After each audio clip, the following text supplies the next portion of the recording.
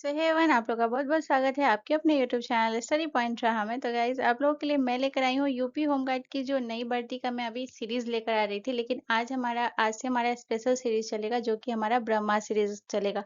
और trust me guys, आप यहाँ से अगर आप क्वेश्चन को देखेंगे, आप अपने प्रीवियस ईयर के अकॉर्डिंग मैंने यहाँ पे वैसे क्वेश्चन को रखा है जो क्वेश्चन ज़्यादा बार रिपीट हो चुके हैं आपके एग्ज़ाम में। एंड यहाँ से आपको क्वेश्चन देखने को मिलेगा ही मिलेगा, ये मैं 100% कह सकती हूँ। एंड अगर आप ये ब्रह्मा सीरीज देखेंगे तो आपका बहुत सारी चीज़ें जो है वो क्लियर आउट हो जाएगी। इवन मैं यहाँ तक कहूँगी कि आपके आने वाले एग्जाम में भी आपको बहुत हेल्प मिलने वाला है, क्योंकि मैं यहाँ पे एक-एक पॉइंट, एक-एक चीज़ को मैं क्लियर करूँगी। एंड ऐसा हो ही नहीं सकता कि आपको यहाँ से क्वेश्चन देखने को ना मिले, ठीक है?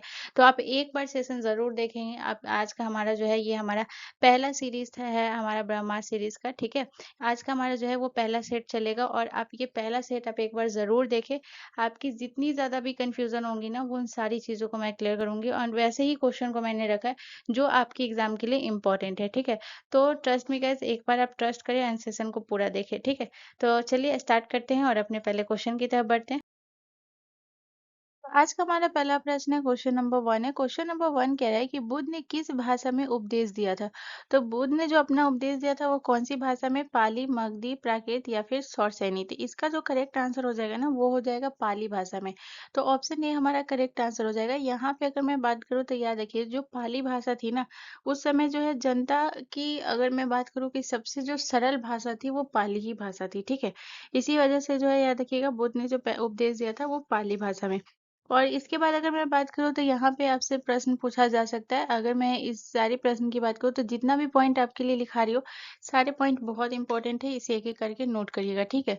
तो यहाँ पे पहला प्रश्न आपसे ये पूछा जा सकता है कि बुद्ध ने जो पहला उपदेश दिया था, वो कहाँ दिया था? तो याद रखिएगा, बुद्ध ने अपना पहला उपदेश,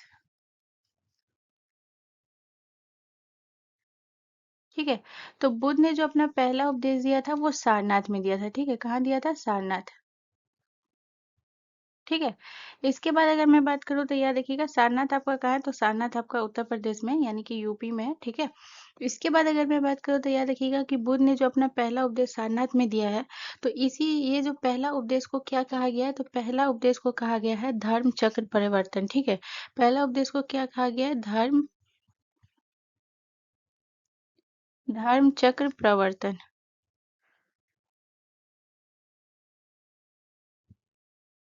धर्म चक्र प्रवर्तन, ठीक है? तो यहाँ पे अगर मैं बात करूँ तो यहाँ पे आपको याद रखना है कि बुद्ध ने अपना सर्वाधिक उपदेश कहाँ दिया है? तो ये तो पहला उपदेश था। अगर आपसे पूछा जाए कि बुद्ध ने अपना सर्वाधिक उपदेश कहाँ दिया है? सर्वाधिक उपदेश, ठीक है? तो बुद्ध ने अपना सर्वाधिक उपदेश दिया है श्रावस्ती में, ठीक है? क्योंकि श्रावस्ती जो थी ना, वो कौशल की राजधानी थी। श्रावस्ती, ठीक है? और श्रावस्ती जो थी ये किसकी राजधानी थी? कौशल की राजधानी। कौशल की राजधानी, ठीक है? तो इतना पॉइंट याद रखिएगा। इसके अलावा अगर मैं बात करूँ, बुद्ध के बचपन का नाम क्या था? बचपन का नाम, ठीक है? तो ये आपको याद रखना है कि बुद्ध के बचपन का नाम सिद्धार्थ था।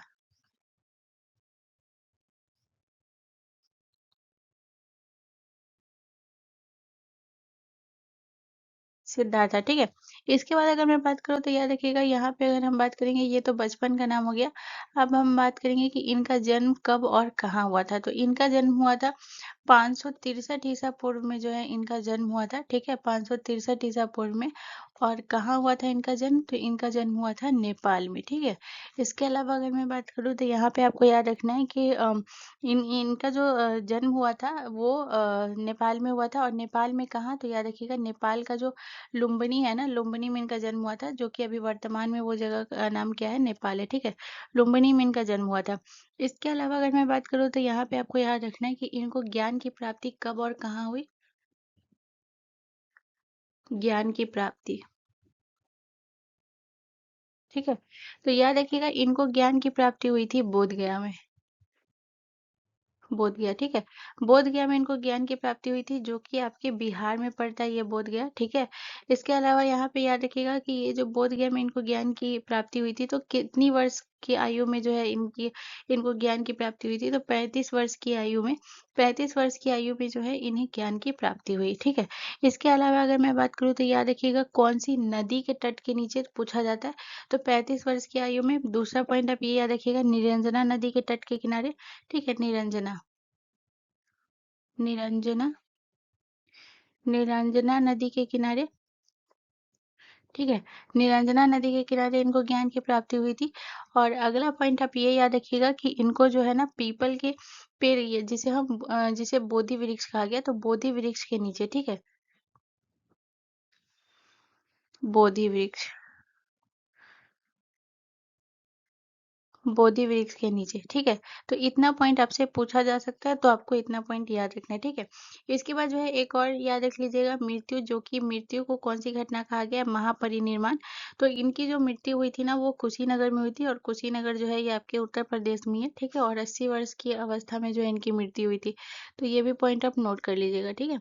तो यहाँ पे जो है लिख ही देती हूँ, ठीक है। जगह तो वैसे नहीं है, यहाँ पे लिख देती हूँ,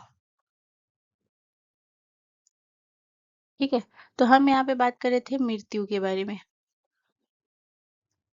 ठीक है। तो इनकी मृत्यु को कौन सी घटना कहा गया है? तो इनकी मृत्यु को घटना कहा गया है महापरिनिर्वाण, महापरिनिर्वाण, ठीक है। इसके बाद जो है ये कहाँ हुआ है, तो ये देखिएगा, इनका जो इनकी जो मृत्यु हुई है वो हुआ है कुशीनगर में, ठीक है। कहाँ हुआ है? कुशीनगर में, ठीक है। और ये कौन सी वर्ष की आयु में? तो 80 वर्ष की आयु में जो है इनकी मृत्यु हुई, 80 वर्ष की अवस्था में, ठीक है। चलिए अगले क्वेश्चन की तरफ। अगला क्वेश्चन हमारा क्वेश्चन नंबर 2 है। क्वेश्चन नंबर 2 कह रहा है कि अशोक के तोपरा और मेरठ के स्तंभ लेखों को दिल्ली कौन ले गया था? तो अशोक का जो तोपरा और जो मेरठ के स्तंभ लेख को दिल्ली जो ले गया था वो अलाउद्दीन खिलजी, फिरोज शाह तुगलक, मोहम्मद गौरी या फिर सिकंदर लोदी। तो ऑप्शन आपका बी जो है ना ये करेक्ट आंसर हो जाएगा। फिरोज शाह तुगलक ने जो तोपरा और मेरठ स्तंभ लेख को दिल्ली ले गए थे। तो यहाँ पे आपको ये याद रखना है कि इन्होंने जो दिल्ली स्थापित किया था, तो ये कहाँ स्थापित किया था? तो यहाँ पे जो है ना आपको ये याद रखना है, जो तोपरा जो था, तोपरा, और दूसरा आपको याद रखना है मेरठ, ठीक है। तो इन दोनों को जो है फिरोज शाह तुगलक जो है दिल्ली लाकर कहाँ स्थापित किए थे? तो याद रखिएगा, जो तोपरा जो था इसको जो है फिरोज शाह कोटला में स्थापित किया, ठीक है। फिरोज शाह कोटला में स्थापित किया था, फिरोज शाह कोटला, कोटला में ये स्थापित हुआ था, ये वाला स्तंभ लेख स्थापित हुआ, ठीक है। और जो मेरठ वाला जो था, कि मेरठ जो स्तंभ लेख था, इसे स्थापित किया गया था, ये भी दिल्ली में ही किया गया था। और दिल्ली के जो रिज क्षेत्र है ना, जिसे नॉर्थ रिज कहते हैं, ठीक है। तो रिज क्षेत्र में इसे स्थापित किया,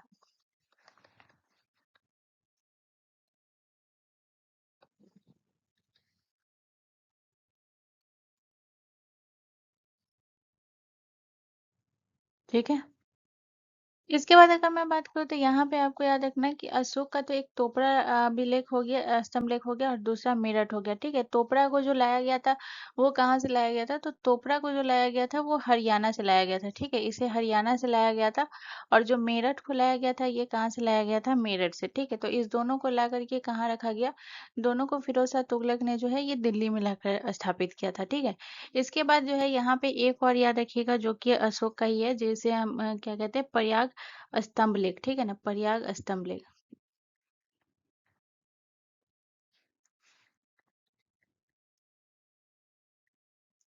प्रयाग स्तंभ लेख, ठीक है। तो ये जो है ना ये याद रखिएगा, ये पहले ये कौशाम्बी में था, ठीक है। तो पहले ये कहाँ था? तो याद रखिएगा पहले ये कौशाम्बी में था, ठीक है। कौशाम्बी, तो कौशाम्बी से जो है अकबर ने इसे लाकर कहाँ स्थापित किया था? तो इसे याद रखिएगा, अकबर ने इसे इलाहाबाद में स्थापित किया, अकबर ने इलाहाबाद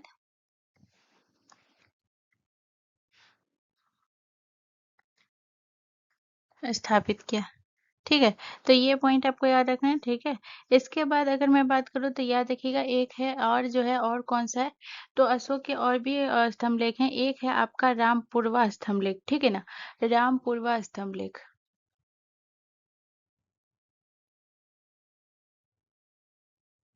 रामपुर व स्तंभ लेक, तो ये जो है ना अशोक का, ये रामपुर व स्तंभ लेक जो है ये कहाँ है?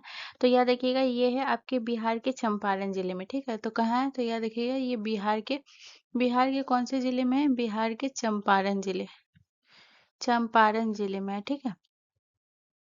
इसके बाद जो है एक और याद रख लीजिएगा जो कि कौन सा है, तो याद रखिएगा एक है आपका लौरिया नंदनगढ़ स्तंभ लेक, ठीक है ना। ये भी बिहार के चंपारण में ही स्थित है, ठीक है।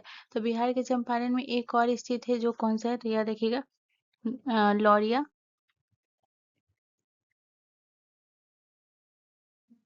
लौरिया नंदनगढ़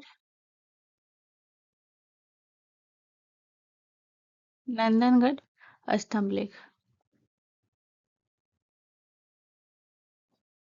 ठीक है। तो इतना पॉइंट आपको याद रखना है, ठीक है। इसके बाद अगर मैं बात करूँ तो यहाँ पे आपको याद रखना है कि जो अशोक जो है, ये अशोक के बारे में एक प्रश्न पूछा जाता है कि इसने जो है कौन सी युद्ध के बाद जो इसका धर्म परिवर्तन हो गया था वो कब हुआ था, तो याद रखिएगा कलिंग युद्ध के बाद जो है इन्होंने कौन सा ये अपना लिया था, तो कलिंग युद्ध के बाद बौद्ध धर्म अपना लिया था। कलिंग युद्ध के बाद बौद्ध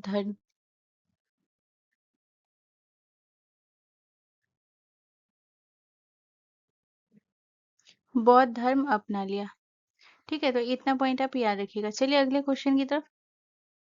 अगला क्वेश्चन हमारा क्वेश्चन नंबर 3 है। क्वेश्चन नंबर 3 कह रहा है कि शक संवत का संस्थापक कौन था? तो शक संवत का संस्थापक कनिष्क था, चंद्रगुप्त मौर्य था, समुद्रगुप्त या फिर चंद्रगुप्त विक्रमादित्य। तो इसका जो करेक्ट आंसर हो जाएगा वो हो जाएगा ऑप्शन ए, हमारा करेक्ट आंसर हो जाएगा। शक संवत का संस्थापक जो था वो कनिष्क था, ठीक है। इसके अलावा अगर मैं बात करूँ तो यहाँ पे आपको याद रखना है कि जो कनिष्क था ना वो कुषाण वंश का जो है सबसे शक्तिशाली राजा था। तो अगर आपसे पूछा जाए कि कुषाण वंश का सबसे शक्तिशाली राजा जो था वो कौन था, तो ये था आपका कनिष्क, ठीक है ना। जो कि ये कौन से वंश से थे? कुषाण वंश से, ठीक है। तो यहाँ पे अगर मैं बात करूँ तो यहाँ पे आपको याद रखना है कि इन्होंने जो है शक संवत की शुरुआत की थी, ठीक है। तो शक संवत की शुरुआत जो है इन्होंने कब की थी, तो याद रखिएगा 78, ठीक है ना, 78 ईस्वी में जो है इन्होंने शक संवत की शुरुआत की थी, ठीक है, 78 ईस्वी में। 78 ईस्वी में जो है इन्होंने शुरुआत की थी, ठीक है। इसके बाद अगर मैं बात करूँ तो यहाँ पे आपको याद रखना है कि इन्होंने जो है 78 ईस्वी में जब शुरुआत की थी तब इनका जो है क्या हुआ था, राज्य अभिषेक हुआ था, ठीक है। तो ये याद रखिएगा 78 ईस्वी में ही इनका क्या हुआ था, राज्य अभिषेक हुआ था। राज्याभिषेक हुआ, ठीक है। इसके अलावा अगर मैं बात करूँ तो यहाँ पे अगर मैं कनिष्क के बारे में बात करूँ तो पहला तो याद रखिएगा ये कुषाण वंश से थे। दूसरा आपको याद रखना है कि इन्होंने ये जो थे ना कनिष्क जो थे ये बौद्ध धर्म के अनुयायी थे, ठीक है। बौद्ध धर्म के अनुयायी थे। बौद्ध धर्म के अनुयायी थे, ठीक है।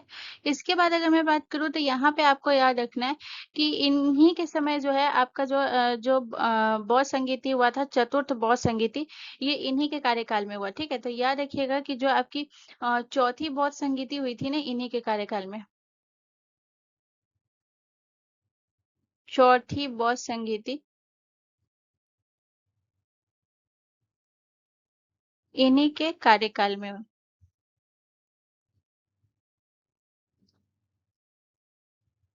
ठीक है।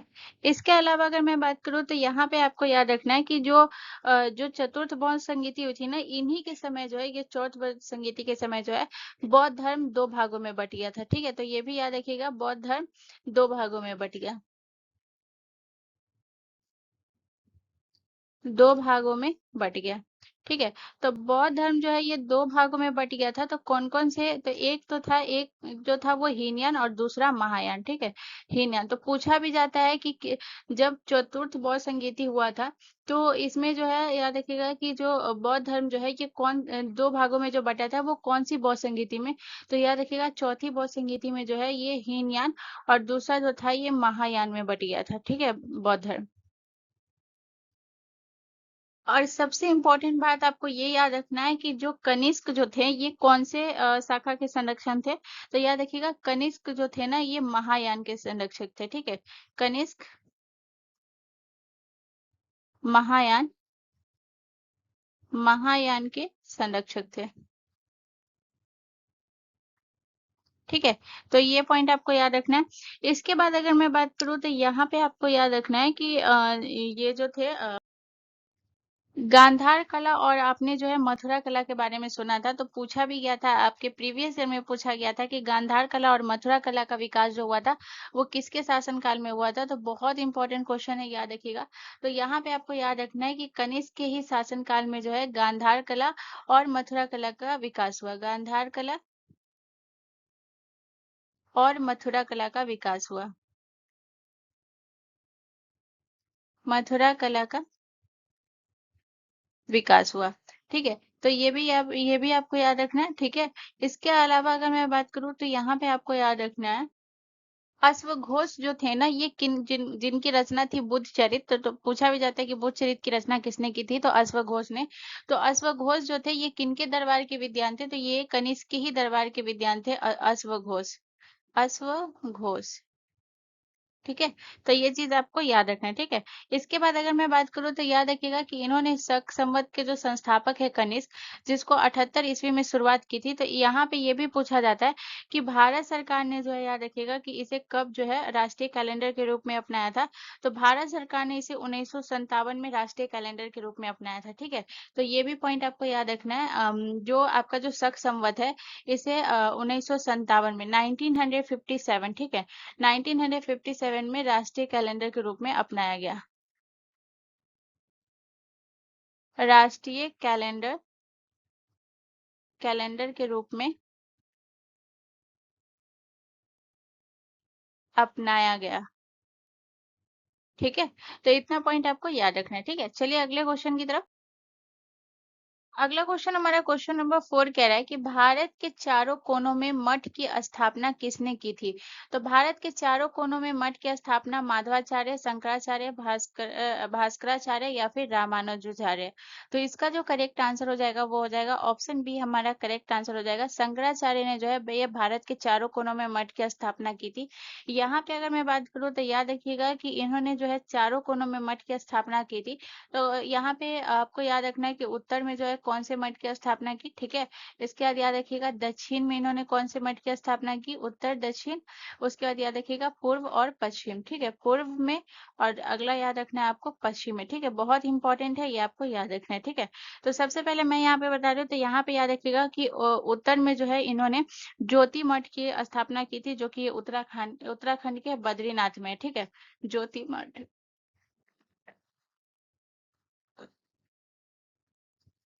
ठीक है, ये कहाँ है, उत्तराखंड के, उत्तराखंड के बद्रीनाथ में। ठीक है, स्थित है। इसके बाद अगर मैं बात करूँ तो यहाँ पे आपको याद रखना है दक्षिण। तो दक्षिण में कौन सा है, तो याद रखिएगा दक्षिण में जो है ना, ये आपका श्रृंगेरी शारदा पीठम है। ठीक है ना, श्रृंगेरी,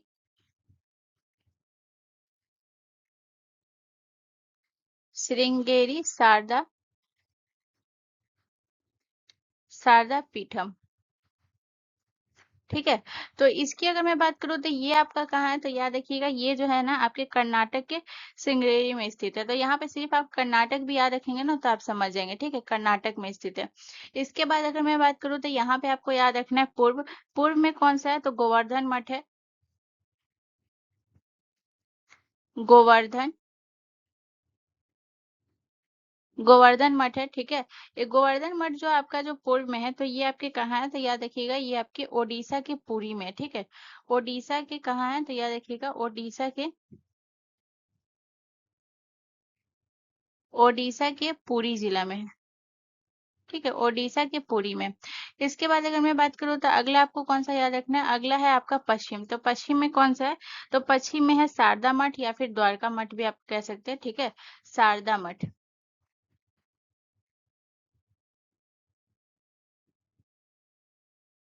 शारदा मठ, ठीक है। तो शारदा मठ जो है ये आपका जो है पश्चिम में है, तो ये आपके कहाँ है, तो याद रखिएगा ये जो है आपके गुजरात के द्वारका में है, ठीक है। गुजरात के द्वारका में है, तो या इससे आप याद भी रखिएगा गुजरात के द्वारका। तो अगर शारदा की जगह पे द्वारका हो तो आप समझ जाइएगा, ठीक है। गुजरात के द्वारका में स्थित है।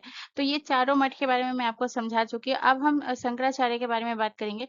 तो इनका जो जन्म के बारे में जो है प्रश्न पूछा जाता है, तो याद रखिएगा कि शंकराचार्य का जो जन्म हुआ था वो कहाँ हुआ था, तो इनका जो जन्म हुआ था वो केरल में हुआ था, ठीक है। इनका जन्म जो है ये केरल में हुआ था। इसके बाद आपको याद रखना है कि इन्होंने जो है ये आपसे पूछा जाए कि अगर अद्वैत वेदांत के संस्थापक कौन है, तो ये शंकराचार्य है।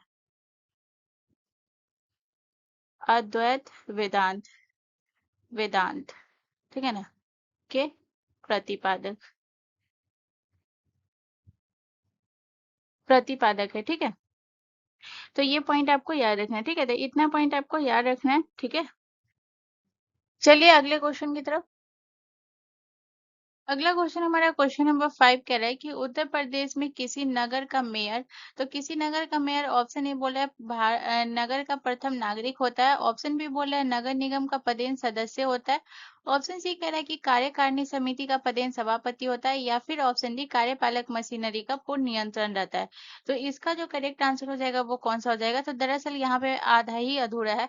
यहाँ पे होना चाहिए जैसे कि और क्वेश्चन होता है, जैसे कि यहाँ पे होता है ना ऑप्शन ए दे करके 1 2 3 ये तीनों सही है, या फिर सिर्फ एक और दो सही है, ठीक है ना, इस तरीके से होता है। तो ये ऑप्शन में से छूट गया है, इसके लिए मैं माफी चाहती हूँ, ठीक है। तो यहाँ पे अगर मैं बात करूँ तो कोई बात नहीं, हम यहाँ पे देख लेते हैं।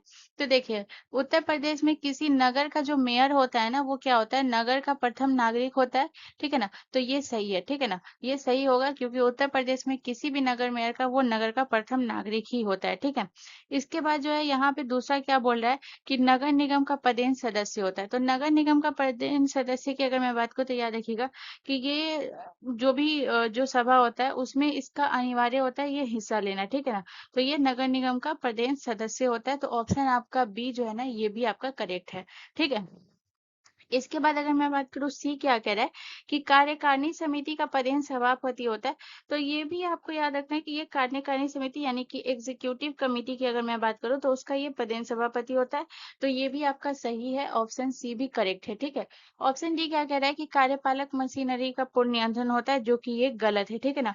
ये जो है इसका नियंत्रण नहीं होता है, ठीक है। उत्तर प्रदेश में जो कोई भी नगर का जो मेयर होता है उसमें कार्यपालक मशीनरी का पूर्ण नियंत्रण इसका नहीं रहता है, तो किसका रहता है, तो ये भी मैं लिखा देती हूँ।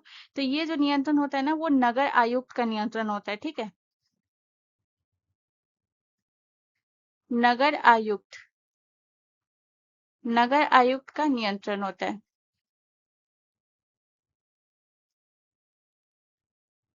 नियंत्रण होता है, ठीक है। तो यहाँ पे अगर मैं बात करूँ तो याद रखिएगा कि ये जो है ना ये यहाँ पे आपको याद रखना है कि जो मेयर होता है इसके पास विधायी शक्तियाँ होती है, ठीक है। प्रशासनिक नियंत्रण नहीं होता है, ये पॉइंट हमेशा याद रखिएगा, ठीक है। तो जो भी मेयर होगा ना ये मेयर होगा, इसके पास जो है याद रखिएगा विधायी शक्तियाँ होती है, विधायी शक्तियाँ, विधायी शक्तियाँ होती है, ठीक है। इसके पास जो है याद रखिएगा प्रशासनिक शक्ति नहीं होती है, प्रशासनिक, प्रशासनिक शक्तियाँ नहीं होती है।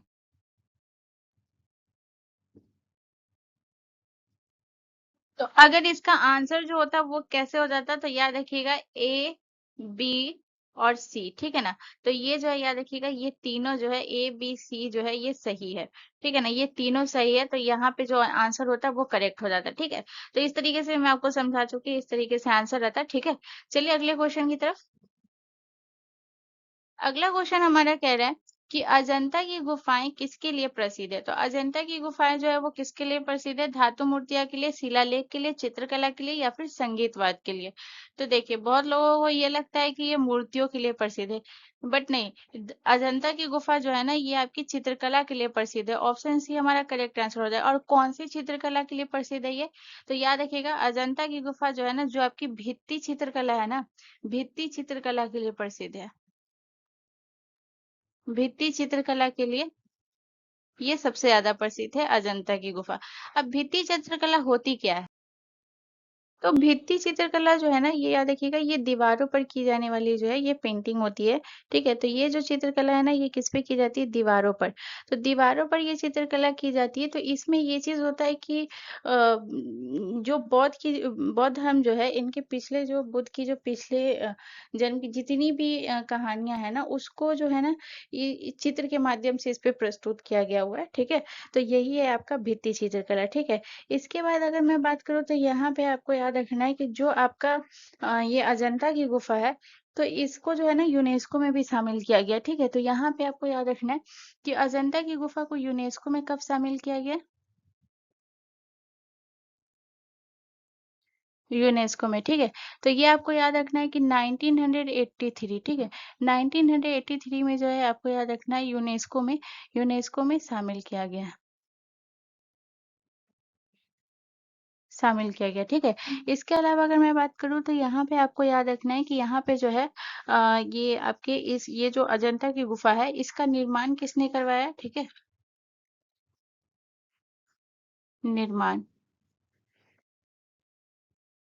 वाकाटक राजाओं ने जो है इसका निर्माण करवाया था, ठीक है ना? वाकाटक राजाओं के द्वारा। ठीक है। इसके बाद अगर मैं बात करूँ तो यहाँ पे याद रखिएगा कि टोटल कितनी गुफाएं हैं, तो याद रखिएगा टोटल जो है ये आपके 29 गुफाएं हैं, ठीक है? कितनी गुफाएं हैं? 29 गुफाएं हैं। और यहाँ पे अगर मैं बात करूँ तो याद रखिएगा कि ये जो गुफाएं है ना, ये पूरी तरीके से जो है याद रखिएगा बौद्ध धर्म को समर्पित है, ठीक है? तो यहाँ पे आगे लिखा रही हूँ, ठीक है? तो याद रखिएगा ये जो गुफा है ना, ये किसको समर्पित है? बौद्ध धर्म को समर्पित है।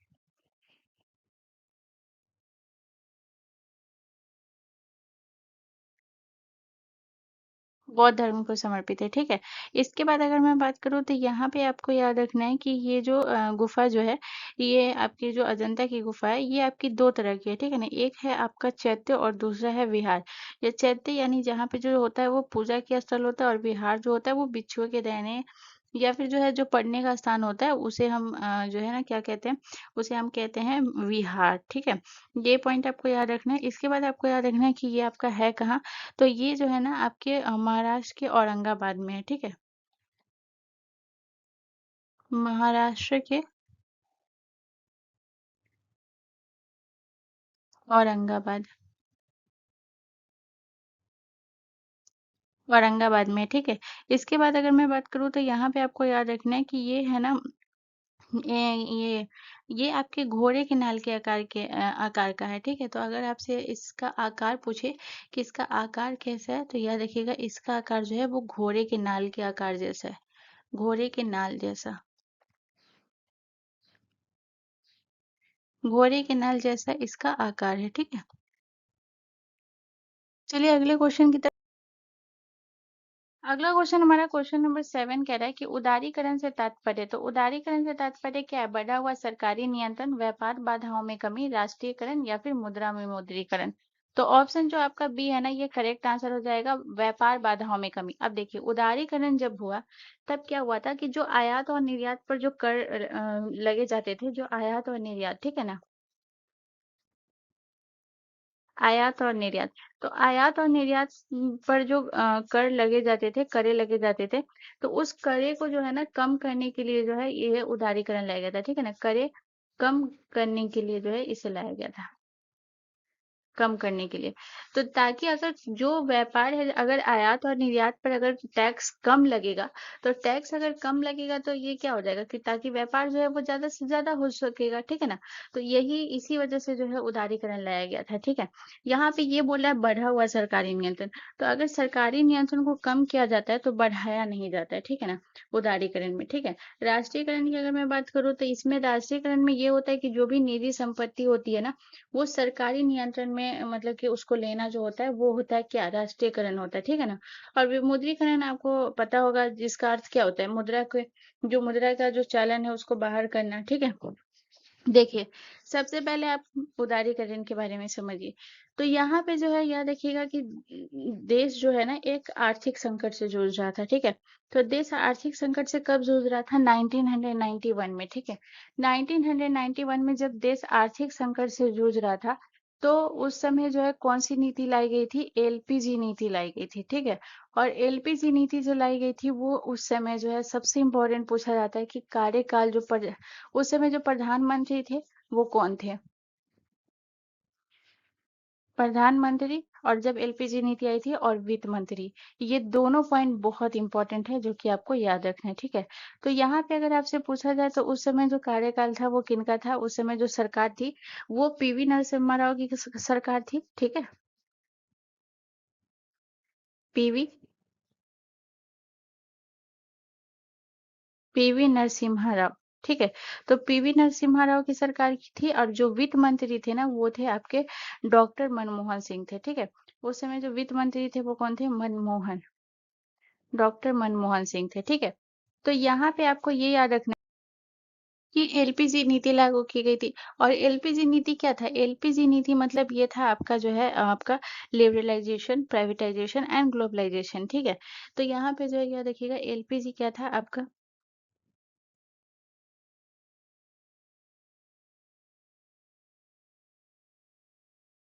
लिबरलाइजेशन।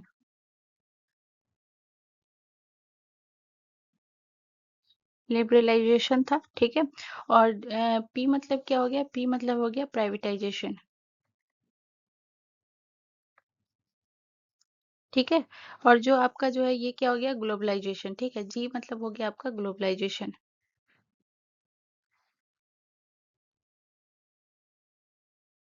ठीक है। तो यही 3 नीति था, ठीक है। तो यहाँ पे अगर मैं बात करूँ यही 3 नीति जब लागू की गई थी, जब देश आर्थिक संकट से जूझ रहा था, तो आपका जो है लिबरलाइजेशन यानी कि उदारीकरण, और जो है आपका प्राइवेटाइजेशन यानी कि निजीकरण, और ग्लोबलाइजेशन यानी कि आपका वैश्वीकरण, ठीक है। तो यही नीति लाई गई थी। इसके बाद जो है अर्थव्यवस्था जो है ये पूरी तरीके से बदल गई थी जब 1991 में ये नीति आई थी, पीवी नरसिम्हा राव और वित्त मंत्री आपके डॉक्टर मनमोहन सिंह के सरकार में, ठीक है। तो ये बहुत ज़्यादा इम्पोर्टेंट है, ये पॉइंट आप याद रखिएगा, ठीक है। चलिए अगले क्वेश्चन की तरफ। अगला क्वेश्चन हमारा कह रहा है कि मानव विकास सूचकांक मुख्य रूप से किन कारकों पर विचार करता है? तो अगर जो मानव विकास सूचकांक जो जारी होता है वो कौन से इस पे विचार करके जो है इसकी रिपोर्ट तैयार करता है? आय, स्वास्थ्य और शिक्षा के आधार पर, मुद्रास्फीति दर के आधार पर, जनसंख्या वृद्धि के पर, या फिर निर्यात स्तर पर? तो इसका जो करेक्ट आंसर हो ऑप्शन ए हमारा करेक्ट आंसर हो जाएगा, ठीक है। यहाँ पे अगर मैं बात करूँ तो याद रखिएगा कि ये है ना आपके जो ये रिपोर्ट जारी करता है, ठीक है, ये 3 आधार पे जारी करता है, और इसे जो है संयुक्त राष्ट्र विकास कार्यक्रम जो कि यूएनडीपी, ठीक है। तो यहाँ पे जो है याद रखिएगा कि यूएनडीपी के द्वारा जो है ये हर साल ये रिपोर्ट जारी किया जाता है, ठीक है। ये रिपोर्ट जो है मानव विकास सूचकांक जो है ये किसके द्वारा जारी किया जाता है? यूएनडीपी, ठीक है ना। यूएनडीपी जिसे हिंदी में क्या कहते हैं? संयुक्त राष्ट्र विकास कार्यक्रम, विकास कार्यक्रम, विकास कार्यक्रम द्वारा जो है याद रखिएगा हर साल रिपोर्ट जारी की जाती है, हर साल जारी की जाती है,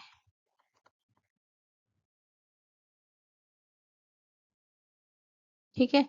इसके अलावा अगर मैं बात करूँ कि ये आपकी जो ये मानव विकास सूचकांक है, ये रिपोर्ट जो जारी करने का अगर मैं बात करूँ श्रेय जो है ये रिपोर्ट किसने बनाया था? तो याद रखिएगा इसका श्रेय जो जाता है जो कि महबूबुल हक जो कि पाकिस्तानी अर्थशास्त्री हैं, और जो भारतीय अर्थशास्त्री अमर्त्य सेन को जाता है, ठीक है। तो इनमें जो है 2 लोगों का योगदान है। तो सूचकांक को बनाने का श्रेय, इस सूचकांक को बनाने का श्रेय किसे जाता है? बनाने का श्रेय, ठीक है।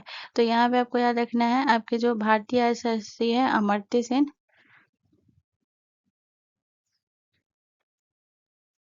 अमर्त्य सेन, और जो है ये किसको जाता है? आपके जो है महबूब उल हक, महबूब उल हक को जाता है, ठीक है। तो यहाँ पे इतना पॉइंट आप याद रखिएगा। और ये जो रिपोर्ट जारी की जाती है यहाँ पे अगर मैं बात करूँ मान, तो इसका मान जो है 0 से 1 के बीच होता है, ठीक है ना। तो इसकी अगर मैं बात करूँ तो इसका मान जो होता है वो किसके बीच होता है? तो मान इसका जो होता है वो 0 से 1 के बीच होता है, ठीक है। 0 से 1 के बीच होता है, और 0 से 1 के बीच होता है। तो यहाँ पे आपको याद रखना है कि 1 के जितना करीब स्कोर होगा देश उतना ही विकसित होगा, ठीक है। तो यहाँ पे आपको याद रखना है 1 के जितना करीब एक के जितना करीब, एक के जितना करीब स्कोर होगा,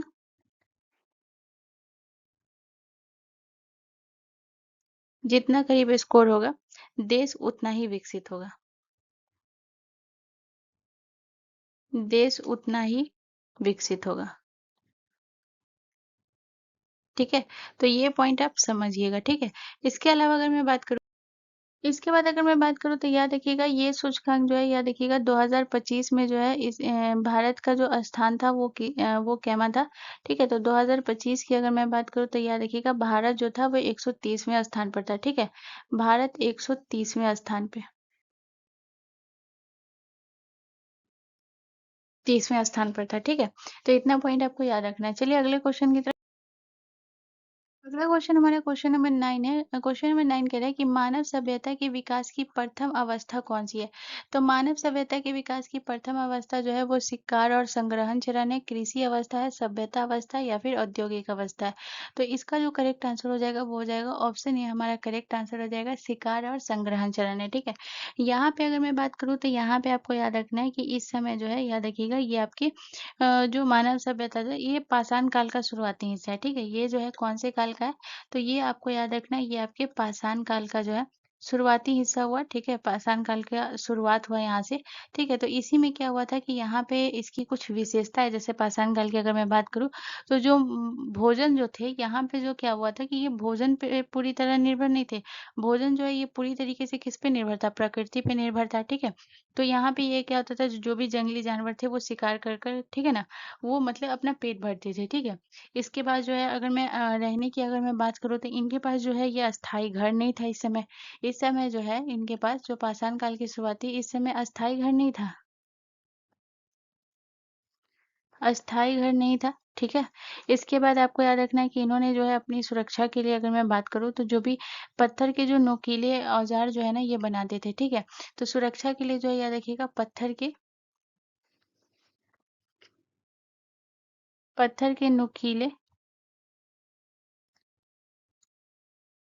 नुकीले औजार बनाते थे, ठीक है? इसके बाद जो है आग की खोज, सबसे इम्पोर्टेंट पॉइंट याद रखिएगा कि जो आग की खोज हुई थी ना, इसी समय हुई थी, ठीक है? आग की खोज हुई, ठीक है? तो इतना पॉइंट आप याद रखिएगा। चलिए अगले क्वेश्चन की तरफ। अगला क्वेश्चन कह रहा है कि हिंडन नदी के किनारे भारत सेवक समाज द्वारा कौन सा स्थल खोजा गया था? तो हिंडन नदी के किनारे भारत सेवक समाज द्वारा जो स्थल खोजा गया था वो आलमगीरपुर, बेलन घाटी, बघीर खोर या फिर मोरहाना पर्वत। तो ऑप्शन ए हमारा करेक्ट आंसर हो जाएगा आलमगीरपुर। इसके बाद आपको आलमगीरपुर के बारे में याद रखना है कि ये जो है ना आपके हड़प्पा सभ्यता का सबसे पूर्वी स्थल जो माना जाता है वो कौन सा है? तो आलमगीरपुर है, ठीक है? तो याद रखिएगा हड़प्पा सभ्यता का सबसे पूर्वी स्थल, हड़प्पा सभ्यता का सबसे पूर्वी स्थल, सबसे पूर्वी स्थल, ठीक है? इसके अलावा अगर मैं बात करूँ तो यहाँ पे आपको याद रखना है कि इसकी खोज अगर बात करूँ तो इसकी खोज जो है ये कहाँ हुई थी? तो याद रखिएगा इसकी खोज जो है 1958 में हुई थी, और किसने की थी? तो इसकी जो खोजकर्ता थे ना वो यगदत्त शर्मा थे, ठीक है? कौन थे? तो याद रखिएगा यगदत्त शर्मा। यगदत्त शर्मा जो थे इसकी खोज की थी, ठीक है? इसके बाद अगर मैं बात करूँ तो याद रखिएगा ये उत्तर प्रदेश के कौन से जिले में है? तो ये उत्तर प्रदेश के मेरठ जिले में, ठीक है? यहाँ पे याद रखिएगा ये जो है आपके यूपी के मेरठ जिले में, यूपी के मेरठ जिले में, ठीक है? इसके अलावा अगर मैं आलमगीरपुर की बात करूँ तो यहाँ पे आपको याद रखना है कि जो आलमगीरपुर, और सबसे इम्पोर्टेंट पॉइंट यहाँ पे ये याद रखिएगा कि ये कौन सी नदी के किनारे, तो ये हिंडन नदी के किनारे है, ठीक है ना? तो ये भी पूछा जाता है। आलमगीरपुर जो है ये कौन सी नदी के किनारे, हिंडन नदी के किनारे स्थित है, ठीक है?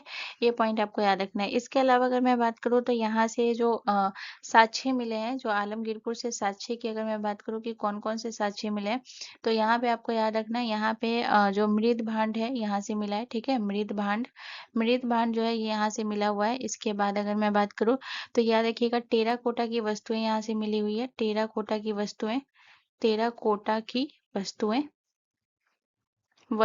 ठीक है? इसके बाद अगर मैं बात करूँ तो जो मनके और आभूषण मिले हुए हैं यहाँ से, मनके और आभूषण, आभूषण, ठीक है। तो ये जो है ना, ये आपका अलग है, ठीक है ना। ये वाला जो पॉइंट मैं लिखाई हूँ ना, ये अलग है आपका। इसमें मिक्स नहीं होना चाहिए, ठीक है। और ये अलग है। इसके बाद जो यहाँ पे ऑप्शन बी जो है ना, बेलन घाटी, तो याद रखिएगा बेलन घाटी भी जो है ना, ये आपके उत्तर प्रदेश में, ठीक है। बेलन घाटी कहाँ है? ये भी आपके उत्तर प्रदेश में। चलिए अगले क्वेश्चन की तरफ। अगला क्वेश्चन हमारा क्वेश्चन नंबर 11 है। क्वेश्चन नंबर 11 कह रहा है कि उत्तर प्रदेश का कौन सा शहर चिकन करी कला के लिए प्रसिद्ध है। तो उत्तर प्रदेश का कौन सा शहर है जो चिकन करी कला के लिए प्रसिद्ध है? वाराणसी, मेरठ, कानपुर या लखनऊ? तो ऑप्शन हमारा डी करेक्ट आंसर हो जाएगा, लखनऊ है, ठीक है। इसके अलावा अगर मैं बात करूँ तो यहाँ पे आपको याद रखना है कि जो आपका वाराणसी है ना, ये आपके बनारसी साड़ी के लिए प्रसिद्ध है। यहाँ पे मैं आपके लिए जो है ब्रह्मा सीरीज लेकर आई हूँ। तो यहाँ पे मैं पूरी कोशिश करूंगी कि आपसे कोई भी क्वेश्चन छूटे ना, जितना ज्यादा हो सके वो सारी चीजें आपकी कवर हो सके, ठीक है। तो बनारसी साड़ी जो है ये वाराणसी जो है ये बनारसी साड़ी के लिए प्रसिद्ध है। इसके बाद अगर मैं बात करूँ तो याद रखिएगा कि जो आपका अलीगढ़ है, अलीगढ़ जो है ना, ये आपका ताले के लिए सबसे ज्यादा प्रसिद्ध है, अलीगढ़। अलीगढ़ ताले के लिए प्रसिद्ध है, ठीक है। इसके बाद अगर मैं बात करूँ तो याद रखिएगा जो आपका फिरोजाबाद हो गया, फिरोजाबाद, फिरोजाबाद, ठीक है। तो ये आपके कांच की चूड़ी के लिए प्रसिद्ध है, कांच की चूड़ियों के लिए प्रसिद्ध है, ठीक है। इसके अलावा अगर मैं बात करूँ तो याद रखिएगा जो आपका कन्नौज है वो इत्र के लिए प्रसिद्ध है, कन्नौज, ठीक है। और जो आपका है ना ये मुरादाबाद है ना, ये आपके पीतल के लिए, मुरादाबाद, ठीक है। तो ये आपके जो है ये किसके लिए? ये पीतल के लिए। और जो आपका कन्नौज है ये आपको याद रखना है, ये इत्र के लिए, ठीक है। तो याद रखिएगा, प्रश्न पूछा जाए अगर आपसे कि इत्र की नगरी के लिए जो है ये कौन सा ये है, तो याद रखिएगा इत्र की नगरी के लिए जो है ये आपका कन्नौज प्रसिद्ध है, ठीक है। इसके बाद अगर मैं बात करूँ तो याद रखिएगा मेरठ, मेरठ जो है ना, ये आपकी खेल सामग्री के लिए जो है ये प्रसिद्ध है। खेल सामग्री की सामान जो यहाँ पे बनाई जाती है, ये मेरठ में बनाई जाती है, खेल ना, ठीक ना। इसके बाद अगर मैं बात करूँ कानपुर, तो कानपुर जो है याद रखिएगा ये आपके चमड़ा उद्योग के लिए सबसे ज्यादा प्रसिद्ध है, ठीक है। तो इस कानपुर को लेदर सिटी भी कहा जाता है, ठीक है। तो याद रखिएगा कानपुर को जो है ये क्या कहा जाता है? लेदर सिटी के नाम से भी जाना जाता है, ठीक है, लेदर सिटी कहा जाता है। शायद मैं इसे यूपी होम गार्ड का जो मैं सीरीज लेकर आ रही थी उस टाइम मैं ये चीज पढ़ा चुकी हूँ शायद, लेदर सिटी कहा जाता है, ठीक है। चलिए अगले क्वेश्चन की तरफ। अगला क्वेश्चन हमारा कह रहा है कि अमीर खुसरो ने किसके विकास में अग्रगामी भूमिका निभाई है? तो ब्रज भाषा में, अवधी भाषा में, खड़ी बोली में या फिर भोजपुरी में? तो इसकी जो करेक्ट आंसर हो जाएगा वो याद रखिएगा, खड़ी बोली में, ठीक है। तो अमीर खुसरो को जो है ना खड़ी बोली का जनक कहा जाता है, ठीक है। तो खड़ी बोली का जनक किसे कहा जाता है? तो याद रखिएगा खड़ी बोली का जनक कहा जाता है अमीर खुसरो को, ठीक है। इसके बाद अगर मैं बात करूँ तो यहाँ पे आपको याद रखना है कि अमीर खुसरो को तोताए हिंद भी कहा जाता है, ठीक है। तोताए हिंद कहा जाता है,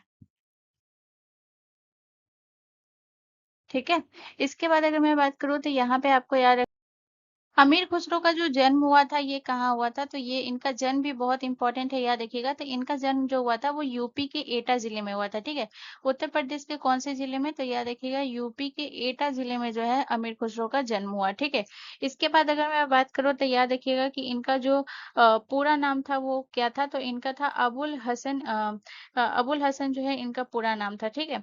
इसके बाद अगर मैं बात करूँ तो याद रखिएगा कि ये जो है ना सबसे इम्पोर्टेंट इनसे एक क्वेश्चन और पूछा गया था कि इनके गुरु कौन है, ठीक है। यानी कि अमीर खुसरो जो है ये किनके शिष्य थे? तो याद रखिएगा जो हजरत निजामुद्दीन औलिया है ना, इनके सबसे प्रिय शिष्य थे, ठीक है। हजरत निजामुद्दीन औलिया,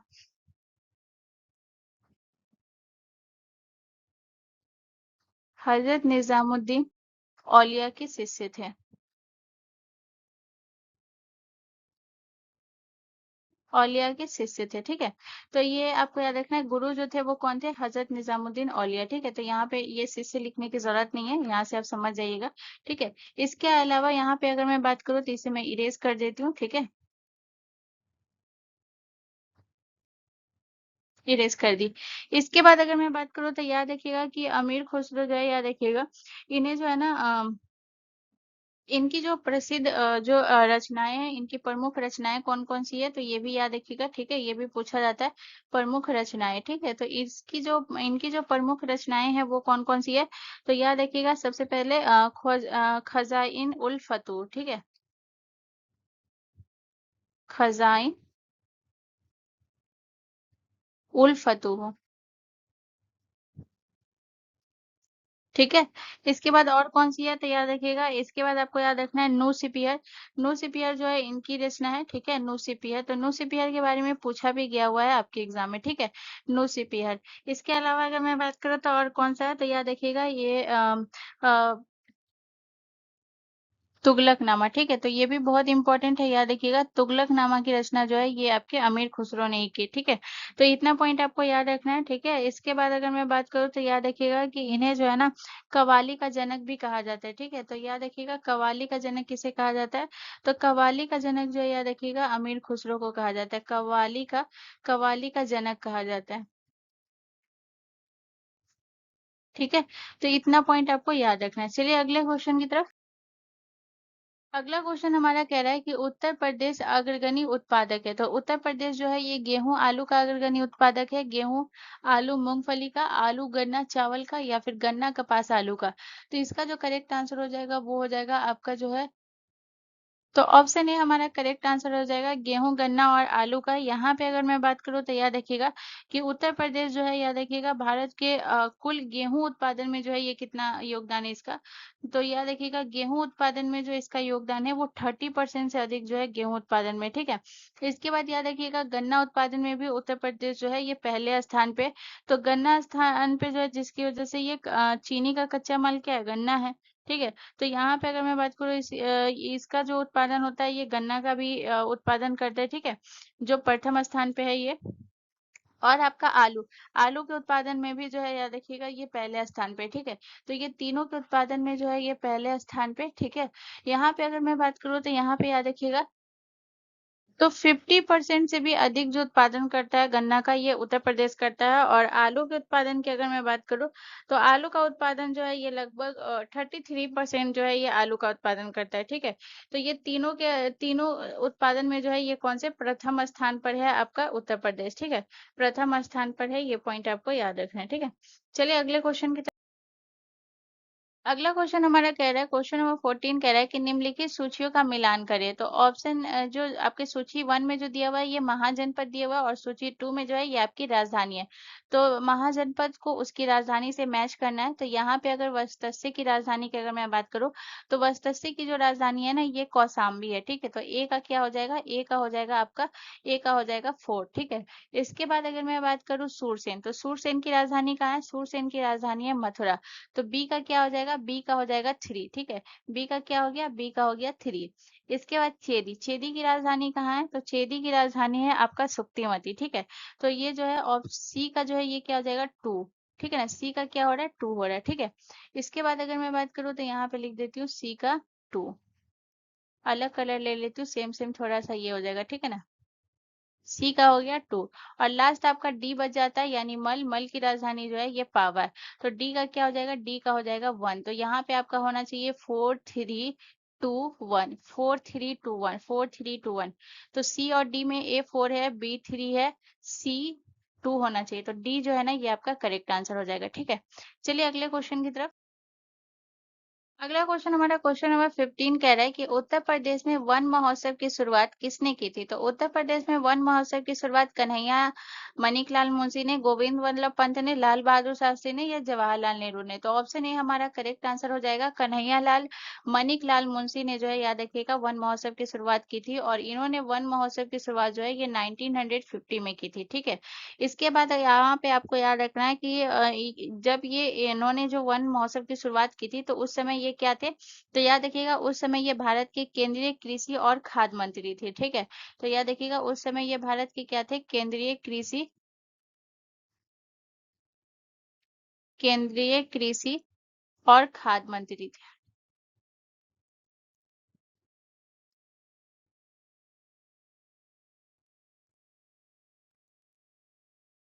और वन महोत्सव की शुरुआत की थी, तो इनका इसका जो सबसे जो उद्देश्य था, ये उद्देश्य क्या था, जो ग्लोबल वार्मिंग थी ना, इसको कम करना, ठीक है, पर्यावरण में जो संतुलन वगैरह है वो बनाए रखने के लिए जो है इसकी शुरुआत की थी, ठीक है।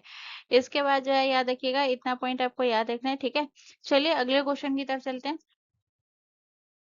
अगला क्वेश्चन हमारा कह रहा है कि उत्तर प्रदेश का सबसे बड़ा विश्वविद्यालय कौन सा है। तो उत्तर प्रदेश का सबसे बड़ा विश्वविद्यालय, तो इसका जो करेक्ट आंसर होगा ना, वो होगा ऑप्शन आपका सी, करेक्ट आंसर हो जाएगा बनारस हिंदू विश्वविद्यालय, बनारस हिंदू विश्वविद्यालय, ठीक है ना। तो BHU जो है याद रखिएगा, उत्तर प्रदेश का सबसे बड़ा विश्वविद्यालय है। अगर मैं बात करूं कि इसकी स्थापना जो है ये किसने की थी, तो यहाँ पे आपको याद रखना है कि इसकी स्थापना जो है ये पंडित मदन मोहन मालवीय ने की थी, ठीक है। पंडित पंडित मदन मोहन मालवीय मालवीय ने की थी, ठीक है। इसके बाद अगर मैं बात करूँ तो यहाँ पे आपको याद रखना है कि इसकी स्थापना जो है ये कब हुई थी, तो 1916 में जो है इसकी स्थापना हुई थी। और इसमें जो सहयोग था ना, वो सहयोग भी आपको याद रखना है, ठीक है। तो किनका सहयोग था ये पूछा जाता है, सहयोग, ठीक है। तो यहाँ पे आपको याद रखना है, जो आपके कांग्रेस की पहली अध्यक्ष थी एनी बेसेंट एनी बेसेंट, और जो याद रखिएगा, और जो है आपके कौन, प्रभु नारायण सिंह का, प्रभु नारायण सिंह का, ठीक है ना। ये इनका सहयोग था, ठीक है। इसके बाद आ जाते हैं, तो हम थोड़ा सा बात करेंगे आपके लखनऊ विश्वविद्यालय के बारे में।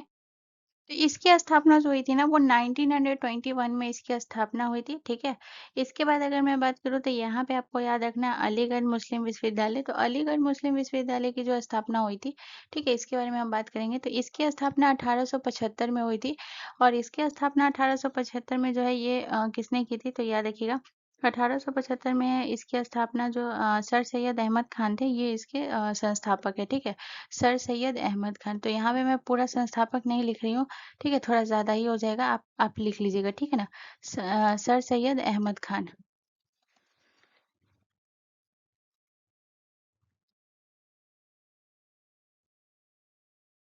सर सैयद अहमद खान जो है ये संस्थापक हैं अलीगढ़ मुस्लिम विश्वविद्यालय के, ठीक है। तो जब इसकी स्थापना 1875 में हुई थी, तब इसकी स्थापना एक स्कूल के रूप में ही हुई थी, ठीक है। लेकिन 1877 में जो है इसे मोहम्मडन एग्लो ओरिएंटल कॉलेज जो है ये बनाया गया था। और 1920 में जो है याद रखिएगा, इसे जो है ना विश्वविद्यालय का दर्जा मिला था, ठीक है। तो ये पॉइंट भी आप लिख लीजिएगा, 1920 में विश्वविद्यालय का दर्जा मिला।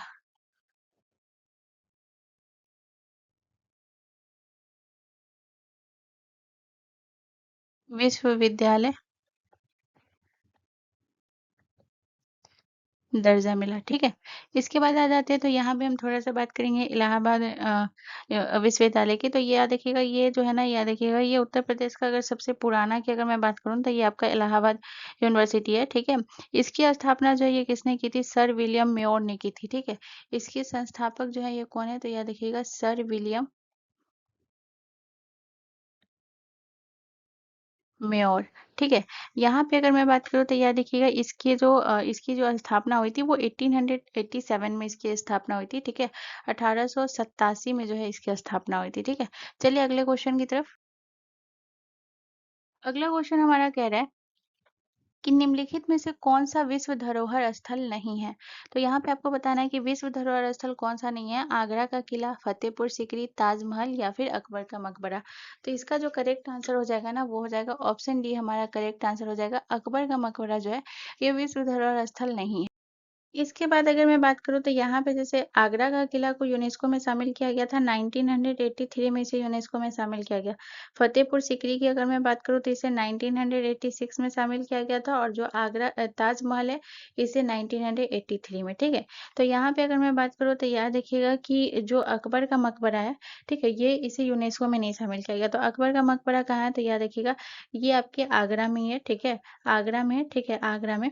इसके बाद अगर मैं बात करूँ तो यहाँ पे आपको याद रखना है कि ये इसका जो निर्माण जो करवाया था, अकबर ने इसका निर्माण शुरू कराया था, लेकिन इसके निर्माण पूर्ण निर्माण जो है इसका किसने करवाया था, तो पूर्ण निर्माण जो अकबर के पुत्र थे जहांगीर, उन्होंने करवाया था, ठीक है, जहांगीर ने करवाया था।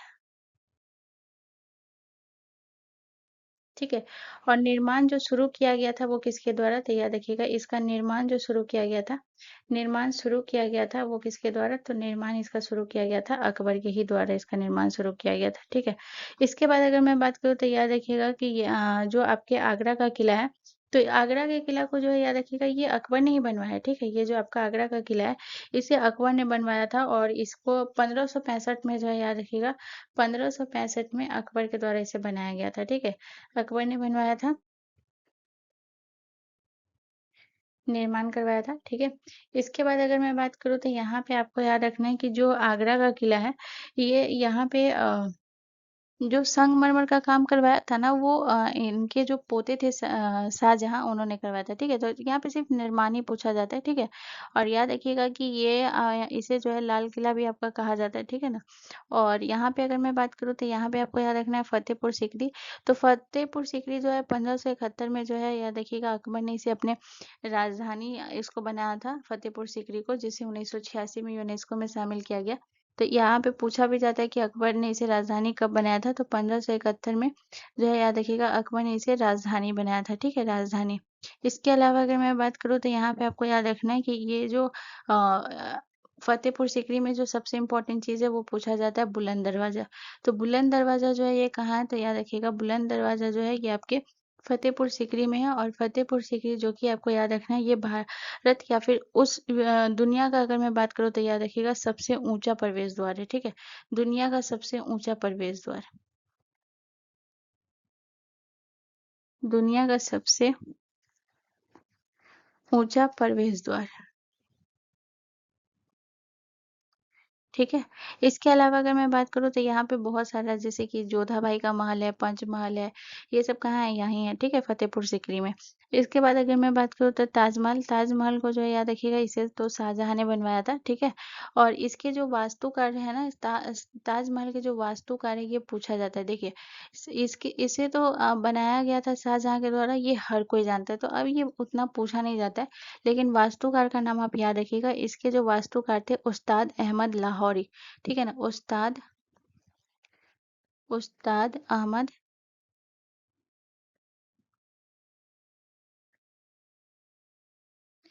लाहौरी, ठीक है? ये इसके वास्तुकार थे, ठीक है? तो इतना पॉइंट आप याद रखिएगा। चलिए अगले क्वेश्चन की अगला क्वेश्चन हमारा कह रहा है कि निम्न में से कौन सही सुमेलित नहीं है? तो इसमें से सही सुमेलित कौन नहीं है? तो ऑप्शन ए बोल रहा है कि कबीर पंथियों का पवित्र तीर्थ स्थल मगहर था। ऑप्शन बी बोला है भगवान बुद्ध का निर्माण स्थल कुशीनगर था। ऑप्शन सी बोला है कि सूफी संत हाजी वारिस अली शाह की मजार देवा शरीफ में है और ऑप्शन डी बोल रहा है कि 88,000 ऋषियों की तप स्थली सकिनसा है। तो बताइए इसमें से कौन सा करेक्ट नहीं है? तो ऑप्शन डी जो है ना ये आपका करेक्ट नहीं है। 88,000 ऋषियों का जो तीर्थ स्थल जो सकींसा है ये करेक्ट नहीं है, ठीक है? तो ये कहाँ है? तो याद रखिएगा ये आपके सीतापुर में, ठीक है? ये कहाँ है? ये सीतापुर में, ठीक है? तो इतना पॉइंट याद रखिएगा। चलिए अगले क्वेश्चन की तरफ। अगला क्वेश्चन हमारा कह रहा है कि निम्न में से कौन सा फसल चक्र पूर्वी उत्तर प्रदेश के लिए सर्वाधिक उपयुक्त है?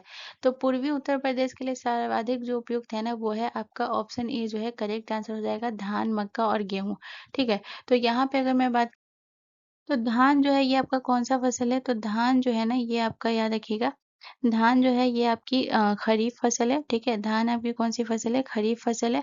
इसके बाद आपको याद रखना है मक्का जो है ये आपकी कौन-सी फसल है? मक्का जो है ये खरीफ और जो है याद रखिएगा रबी दोनों फसल है, ठीक है ना? खरीफ खरीफ और रबी जो है ये दोनों फसल है। तो पहले सबसे पहले धान उगाई जाती है और धान के जस्ट बाद जो है मक्का और मक्का में ज़्यादा समय नहीं लगता है, ठीक है? और मक्का के बाद जो है फिर किसकी होती है? गेहूँ, गेहूँ जो है ये आपके कहाँ? रबी में होती है, ठीक है? रबी की फसल है, ठीक है? तो ये 3 जो है याद रखिएगा, आपको याद रखना है उत्तर प्रदेश के लिए जो है धान, मक्का और गेहूँ जो है ये सर्वाधिक उपयुक्त है पूर्वी चक्र फसल चक्र पूर्वी की अगर मैं बात करूँ तो, ठीक है? चलिए अगले क्वेश्चन की तरफ अगला क्वेश्चन हमारा क्वेश्चन नंबर 20 है। क्वेश्चन नंबर 20 कह रहा है कि कौन सा उत्सव सूर्य देव और उनकी पत्नी उषा को पृथ्वी पर जीवन बनाए रखने और मनोकामना पूरी करने के लिए धन्यवाद हेतु समर्पित है? तो कौन सा उत्सव है? तो इसका जो करेक्ट आंसर हो जाएगा ना वो हो जाएगा ऑप्शन सी हमारा करेक्ट आंसर हो जाएगा छठ पूजा, ठीक है? चलिए अगले क्वेश्चन की तरफ अगला क्वेश्चन हमारा कह रहा है, क्वेश्चन नंबर 21 कह रहा है कि जब पानी में बिजली प्रवाहित की जाती है तो किस प्रकार की रासायनिक प्रतिक्रिया होती है। तो जब पानी में बिजली प्रवाहित की जाती है तो अपघटन होता है, विस्थापन होता है, दोहरा विस्थापन होता है या संयोजन होता है। तो ऑप्शन ए हमारा करेक्ट आंसर हो जाएगा, अपघटन होता है। तो देखिए, यहाँ पे आपको ये समझना है कि जो आपका विद्युत अपघटन जिसे हम इलेक्ट्रोलाइसिस कहा जाता है, ठीक है ना? तो इसमें क्या होता है कि इसमें जो है ना, जो बिजली जो है ये पानी के जो जो अणु होते हैं, ठीक है ना? उसको तोड़ते हैं। इसको किसमें तोड़ते हैं? हाइड्रोजन और ऑक्सीजन में जो है याद रखिएगा तोड़ देते हैं, ठीक है? तो याद रखिए जो इलेक्ट्रोलाइसिस प्रक्रिया में क्या होती है? इलेक्ट्रोलाइसिस प्रक्रिया में ये होती है कि पानी के जो अणु होते हैं, पानी के अणुओं को पानी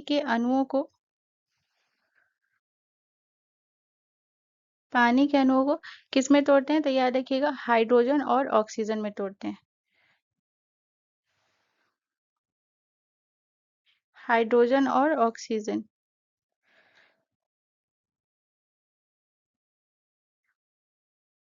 हाइड्रोजन और ऑक्सीजन में तोड़ते हैं, ठीक है? यहाँ पे अगर मैं बात करूँ तो यहाँ पे आपको याद रखना है कि ये हाइड्रोजन और ऑक्सीजन में तोड़ते हैं तो इसमें जो क्या होता है ना, जो कैथोड होता है ना, जो कैथोड होता है वो हाइड्रोजन गैस के बुलबुले निकालता है, ठीक है? कैथोड जो है याद रखिएगा कैथोड।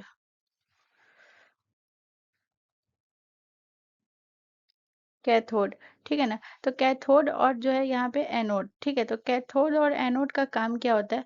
तो ये याद रखिएगा, ये हाइड्रोजन हाइड्रोजन गैस के बुलबुले निकालते हैं, और ये जो है ना आपके ऑक्सीजन गैस के बुलबुले निकालते हैं, ऑक्सीजन गैस के बुलबुले निकालते हैं, ठीक है? तो यहाँ पे अगर मैं बात करूँ तो याद रखिएगा कि ये जो है ना, ये क्या करता है, इससे ये मतलब साबित होता है कि जो शुद्ध पानी होता है ना, वो बिजली का अच्छा सुचालक नहीं होता है, ठीक है? तो यहाँ पे ये याद रखिएगा कि जो शुद्ध पानी होता है, शुद्ध पानी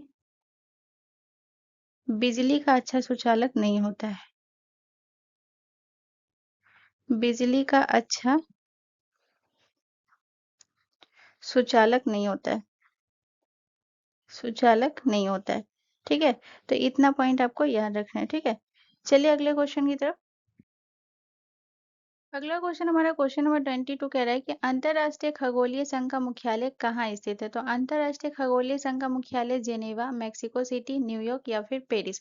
तो ऑप्शन आपका डी करेक्ट आंसर हो जाएगा, पेरिस में, ठीक है? इसके बाद अगर मैं बात करूँ तो यहाँ पे आपको याद रखना है कि अंतरराष्ट्रीय खगोलीय संघ की जो स्थापना हुई थी वो कब हुई थी। तो याद रखिएगा इसकी स्थापना 1919 यानी कि 1919 में हुई थी, ठीक है? स्थापना, ठीक है? तो इसकी स्थापना जो है याद रखिएगा 1919 में हुई थी, ठीक है? इसके बाद अगर मैं बात करूँ तो यहाँ पे आपको याद रखना है कि जो इसकी जो स्थापना हुई थी अंतर्राष्ट्रीय खगोलीय संघ, जिसे इसे क्या कहते हैं? इसे हम कहते हैं आईएयू, ठीक है? आईएयू। तो आईएयू अगर दिया हो तो इसे इंग्लिश में हम क्या कहते हैं? इसे हम इंग्लिश में कहते हैं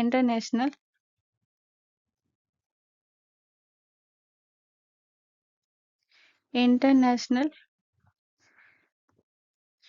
एस्ट्रोनॉमिकल यूनियन।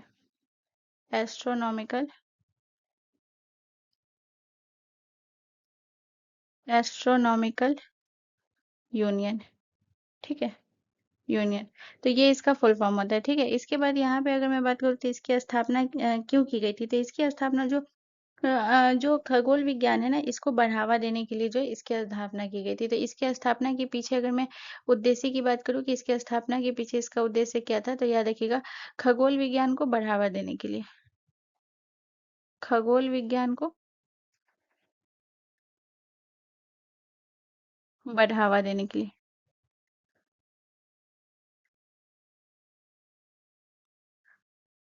ठीक है?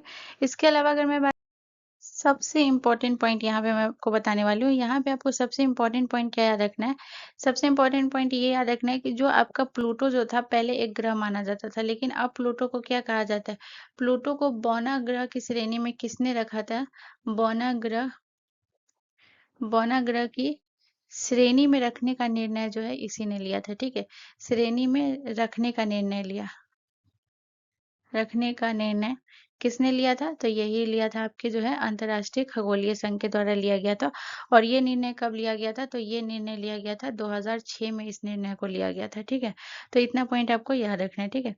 इसके बाद अगर मैं बात जेनेवा, ठीक है? तो जेनेवा में जो है याद रखिएगा बहुत सारे अंतर्राष्ट्रीय संगठन है जिसका मुख्यालय जेनेवा में है। तो मैं एक बार आपको सिर्फ़ बता रही हूँ, यहाँ पे जगह नहीं मैं नहीं लिख सकती। तो जैसे आपका जो है विश्व स्वास्थ्य संगठन यानी कि डब्ल्यूएचओ हो गया, इसका जो है जेनेवा में मुख्यालय है। डब्ल्यूटीओ यानी विश्व व्यापार संगठन हो गया, इसके बाद अंतर्राष्ट्रीय श्रम संगठन हो गया, ठीक है ना? तो इस सभी का जो ये मुख्यालय है ये कहाँ है? जेनेवा में है, ठीक है? चलिए अगले क्वेश्चन की तरफ। अगला क्वेश्चन हमारा कह रहा है कि उत्तर प्रदेश का प्रथम सॉफ्टवेयर टेक्नोलॉजी पार्क अवस्थित है। तो उत्तर प्रदेश का प्रथम सॉफ्टवेयर टेक्नोलॉजी पार्क कहाँ स्थित है? इलाहाबाद, लखनऊ, गौतम बुद्ध नगर या फिर। तो इसका जो करेक्ट आंसर हो जाएगा वो हो जाएगा गौतम बुद्ध नगर यानी कि आपका जो है नोएडा, ठीक है? नोएडा में जो है ये आपका पार्क स्थित है। इसके अलावा अगर मैं बात करूँ तो याद रखिएगा कि ये जो है ना आपका जो उत्तर प्रदेश का जो नोएडा है ना ये उत्तर प्रदेश का सबसे बड़ा आईटी और सॉफ्टवेयर हब है, ठीक है? तो याद रखिएगा नोएडा जो है याद रखिएगा उत्तर प्रदेश का सबसे बड़ा आईटी सबसे बड़ा आईटी सबसे बड़ा आईटी और सॉफ्टवेयर हब है।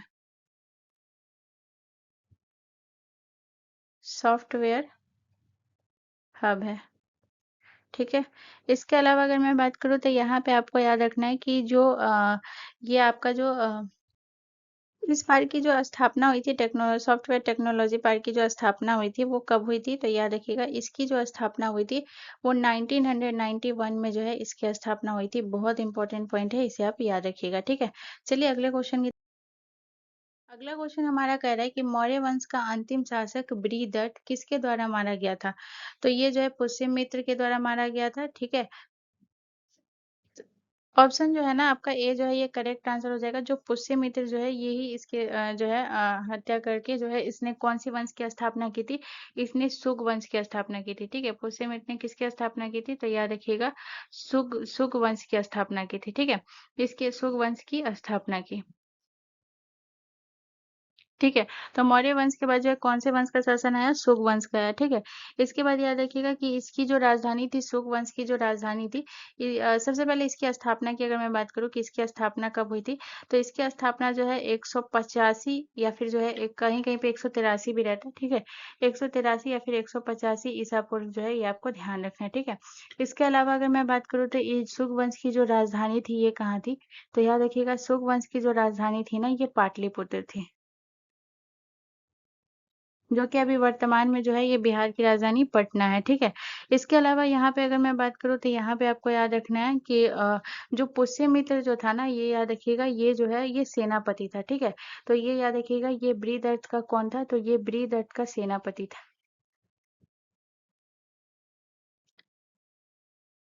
बृहदत्त का सेनापति था, ठीक है? इसके बाद आ जाते हैं गाइस मौर्य वंश के बारे में। तो मौर्य वंश का जो संस्थापक था वो कौन था? तो याद रखिएगा मौर्य वंश का जो संस्थापक था ना ये आपके चंद्रगुप्त मौर्य जो थे ये मौर्य वंश का संस्थापक था, ठीक है? चंद्रगुप्त मौर्य। चंद्रगुप्त मौर्य जो था ये मौर्य वंश का संस्थापक था, ठीक है? तो इतना पॉइंट आपको याद रखना है, ठीक है? अ, और एक चीज और याद रखिएगा कि मौर्य वंश ने कौन सी वंश का अंत करके जो है मौर्य वंश की स्थापना की थी? तो मौर्य वंश का जो स्थापना हुआ था वो नंद वंश का जो अंतिम शासक था घनानंद उसकी हत्या करके जो है याद रखिएगा कौन से वंश की स्थापना हुई थी? मौर्य वंश की स्थापना हुई थी, ठीक है? चलिए अगले क्वेश्चन की तरफ। अगला क्वेश्चन हमारा क्वेश्चन नंबर 25 कह रहा है कि उत्तर प्रदेश में किसान बही योजना कब लागू की गई थी? तो उत्तर प्रदेश में किसान बही योजना जो लागू की गई थी वो आपका 1992 में लागू किया गया था, ठीक है? तो ऑप्शन हमारा डी करेक्ट आंसर हो जाएगा, ठीक है? इसमें जो इस योजना को लागू करने के पीछे जो है ये क्या था? तो यहाँ पे अगर मैं बात करूँ तो याद रखिएगा कि ये जो योजना थी ना इसमें जो किसानों की जो ज़मीन थी ना, उनको उनका जो है ना प्रमाणित विवरण देना, ठीक है? इसमें जो था किसान बही योजना में क्या था कि किसानों की ज़मीन का प्रमाणित विवरण देना, ठीक है ना? किसानों के ज़मीन का ज़मीन का प्रमाणित प्रमाणित विवरण देना। प्रमाणित विवरण देना इट मीन्स ये हो गया कि जो ये योजना लाया गया था, जो इसमें जो किसान की जो भूमि होती थी, खसरा होती थी, खतौनी होता है ना, इसका मतलब क्या होता था, पूरा रिकॉर्ड सरकार के पास होता था ताकि वो जो तहसील होता था उसका वो चक्कर ना लगा सके। इसी वजह से जो है इसे उत्तर प्रदेश में जो है याद रखिएगा किसान भाई योजना लागू की गई थी 1992 में। चलिए अगले क्वेश्चन की। अगला क्वेश्चन हमारा क्वेश्चन नंबर 26 कह रहा है कि प्रायद्वीपीय भारत की पश्चिम की ओर बहने वाली नदियों में सबसे बड़ी नदी कौन सी है जो अरब सागर में गिरती है। तो प्रायद्वीपीय भारत में पश्चिम की ओर बहने वाली नदियों में सबसे बड़ी नदी जो है ना जो अरब सागर में गिरती है ये पूछ रहा है। तो जो अरब सागर में गिरती है वो है आपकी नर्मदा नदी, ठीक है। तो यहाँ पे जो याद रखिएगा जो आपकी ताप्ती, कावेरी और जो कृष्णा नदी है ना, ये आपकी जो है ये सभी नदियां जो है ये पश्चिम की ओर बहती है, लेकिन जो ये कावेरी नदी और जो कृष्णा नदी है ना, ये आपके अरब सागर में नहीं गिर के ये आपके कहाँ गिरती है, ये बंगाल की खाड़ी में गिरती है, ठीक है। बंगाल की खाड़ी में गिरती है, ठीक है।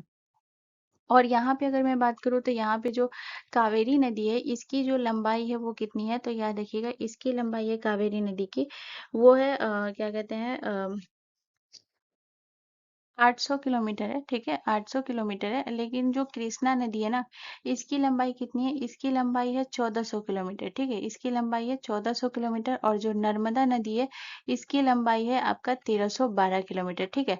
तो यहाँ पे आप ये बोलेंगे कि ये 1400 किलोमीटर है कृष्णा नदी की, तो ये होगा, लेकिन यही यहाँ पे जो है ये अरब सागर की बात करिए तो अरब सागर में जो नर्मदा नदी गिरती है, बाकी कृष्णा नदी आपकी प्रायद्वीपीय नदी जरूर है, लेकिन ये आपकी कहाँ गिरती है कृष्णा नदी, ये बंगाल की खाड़ी में गिरती है, ठीक है। इसके बाद अगर मैं बात करूँ तो यहाँ पे आपको याद रखना है ताप्ती नदी। तो ताप्ती नदी की जो लंबाई है ये भी आपके ये जो नदी है ना ये आपके अरब सागर में गिरती है, तो इसकी लंबाई कितनी है, तो इसकी लंबाई है 724 किलोमीटर जो है इसकी लंबाई है, ठीक है। इसके अलावा अगर मैं बात करूँ तो यहाँ पे आपको याद रखना है प्रायद्वीपीय भारत की सबसे बड़ी नदी पूछा जाए कि सबसे बड़ी नदी कौन सी है, जो कि ये ना पूछे कि अरब सागर में गिरती है, या क्वेश्चन आपसे ये पूछ ले कि प्रायद्वीपीय भारत की सबसे बड़ी नदी कौन सी है, या फिर प्रायद्वीपीय भारत की सबसे बड़ी नदी कौन सी है जो बंगाल की खाड़ी में गिरती है, तो फिर वहां पे ये आंसर आ जाएगा गोदावरी नदी, ठीक है। गोदावरी आ जाएगा, ठीक है। गोदावरी जो है याद रखिएगा प्रायद्वीपीय भारत की प्रायद्वीपीय प्रायद्वीपीय भारत की सबसे बड़ी नदी, सबसे बड़ी नदी है, ठीक है। तो याद रखिएगा, और प्रायद्वीपीय भारत की सबसे बड़ी नदी है तो इसकी आपको लंबाई याद रखना है। तो गोदावरी नदी की जो लंबाई है वो कितना है, तो गोदावरी नदी की लंबाई है वो है 1465 किलोमीटर, जिसकी वजह से इसे दक्षिण गंगा भी कहा जाता है, ठीक है। याद रखिएगा इसे क्या कहा जाता है, दक्षिण गंगा, दक्षिण गंगा भी कहा जाता है, कहा जाता है, ठीक है। तो इतना पॉइंट आपको याद रखना है, ठीक है। चलिए अगले क्वेश्चन की तरफ। अगला क्वेश्चन कह रहा है कि निम्न में से किस हेतु फर्रुखाबाद जाना जाता है, तो कालीन उद्योग के लिए, छपाई फार्मा उद्योग के लिए, इत्र निर्माण के लिए, या कांच उद्योग।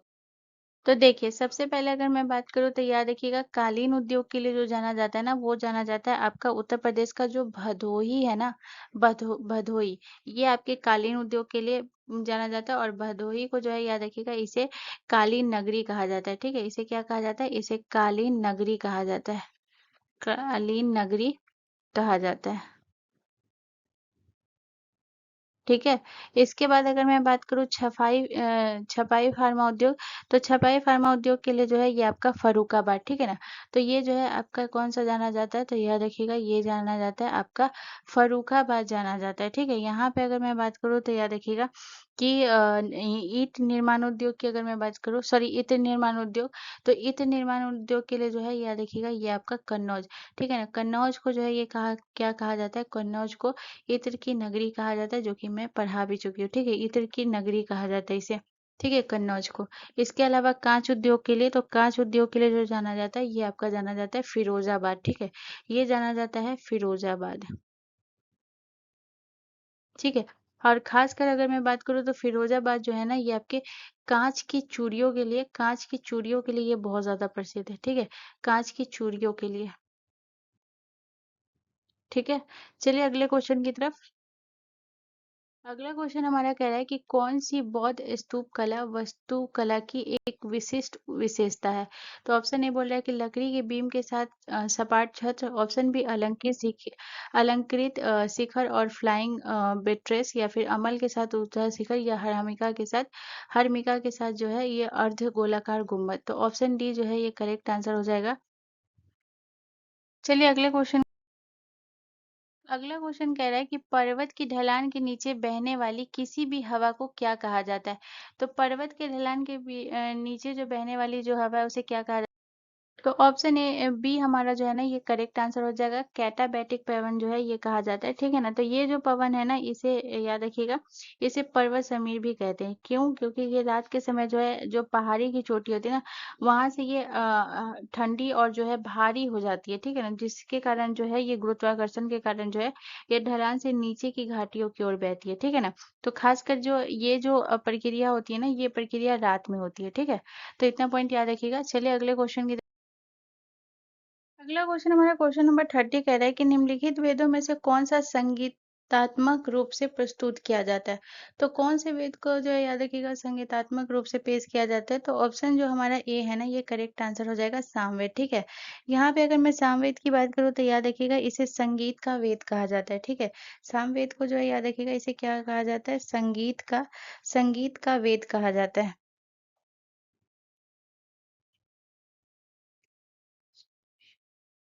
ठीक है। इसके अलावा अगर मैं बात करूँ यजुर्वेद की, तो यजुर्वेद जो है ना ये आपको याद रखना है। ये कहा जाता है आपके जो यज्ञ की जो विधिया और अनुष्ठान का जो विवरण है ना ये आपके यजुर्वेद में, ठीक है ना।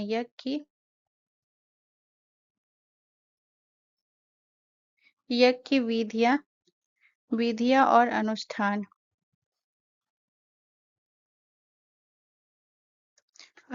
का विवरण, ठीक है। ये किस में है, यजुर्वेद में, ठीक है। इसके अलावा ऋग्वेद जो है याद रखिएगा, ऋग्वेद जो है इसमें स्तुतियाँ और मंत्र है, ठीक है। ऋग्वेद में क्या है, स्तुतियाँ स्तुतियाँ और मंत्र है।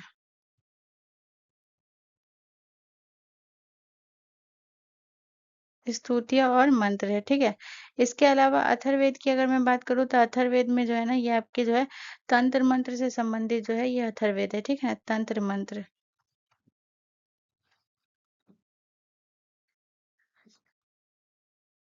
तंत्र मंत्र से संबंधित है, ठीक है।